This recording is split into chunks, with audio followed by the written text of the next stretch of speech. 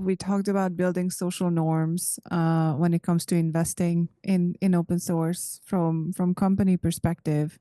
So I'm curious how your experience was or has been throughout your career journey within multiple companies. Um, Going back a little bit to HP, I would like to dive just a little bit into the formation and how the OSPO worked. Like you mentioned, the review board to look into open source licenses and relevant things. How did that, was that the group that evolved into the open source program office, or was it something else that triggered the creation of that specific group within the company? I don't actually have a memory of OSRB turning into OSPO. Um, It came a little bit later, I think. I think that was something that I did after you had left. that would be why I have no memory of it. But it was very much standing on your shoulders of what was created with the open source review process and the program managers. I extended it and we started doing more tools. We started doing more training. And at that point, the term had started to begin to exist in the ecosystem. There weren't very many organizations calling something an open source program office, but it did exist. And that seemed like a good name. And so I liked it and I started to use it. I think Sun was first. Yeah, yeah, I can believe that. And then there's a debate over whether it should be open source open source program office or open source programs office, um, which I decided is not a fight at all worth fighting. No. I often refer to the open source review board as HP's OSPO. So that Yeah, if you look at both of our resumes, we both created open source program office, and I think that's totally fair. I got no problem with that because the concept is the same. What's in a name, you know? How much were you involved in building processes and spreading them around the company? Like, we talked about the license part, but when it comes to things like that social norm and getting involved upstream, how much was that part of that group's work?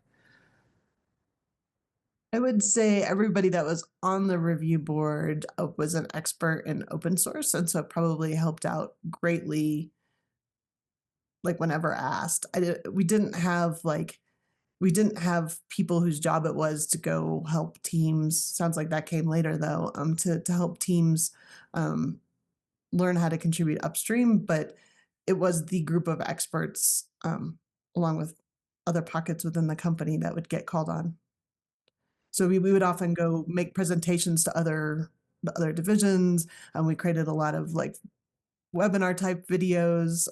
We had blog posts internally, so we had a lot of educational materials. Um, but we didn't act as consultants as far as like going out and embedding in a team and helping them. Right. But I mean, you did with Bruce Perrins author the open source policy guide, right? And Yes. that was our that was the education. That was the thing that the lawyers said that the teams had to follow. And so that was what made the process relevant. And so understanding what open source you had, being able to document that, um, taking that list and having it reviewed by the open source review board, those were part of the policy steps that were uh, the culture that was initiated and with Stormy and that open source review board. And when we acquired new companies, I would go out and meet with them, learn how they were using open source, and explain to them our policy, and see where we needed to figure it out. Yeah, and that evolved into full due diligence activities. Right? We use tools to scan all of the existing code of an inbound company and understand what open source they're using and what licenses and was that actual compliance or not, and what's their vulnerability posture and so forth. Starting with I did a few smaller ones, but Palm was the biggest one I did for HP, and then I did Vonages for Ericsson. So large company acquisitions with lots of open source in their code bases. That software to look for, I mean, other companies grew around that space. So Black Duck and Palamida came out that scanned code. But before they were around, HP created FOSSOlogy, the software that became FOSSOlogy, an open source software project. So folks like Glenn Foster and Bob Gobeil worked on it. And it was homegrown because we wanted to know what open source software we might be using that we didn't know about. Well, there wasn't anything. Black Duck didn't exist at the No, it was time. before Black Duck. Yeah. Yeah. That was a conversation that me and Scott Peterson had had. We were wondering, gee, it sure would be nice to have a tool that would hunt down licenses in the code so we know. And then I actually had Glenn Foster and the QA team at HP at the same time. And so my next meeting was with Glenn. And I said, you know what Scott and I were just talking about? And then Glenn went home over a weekend and came back on Monday and said, here's a tool.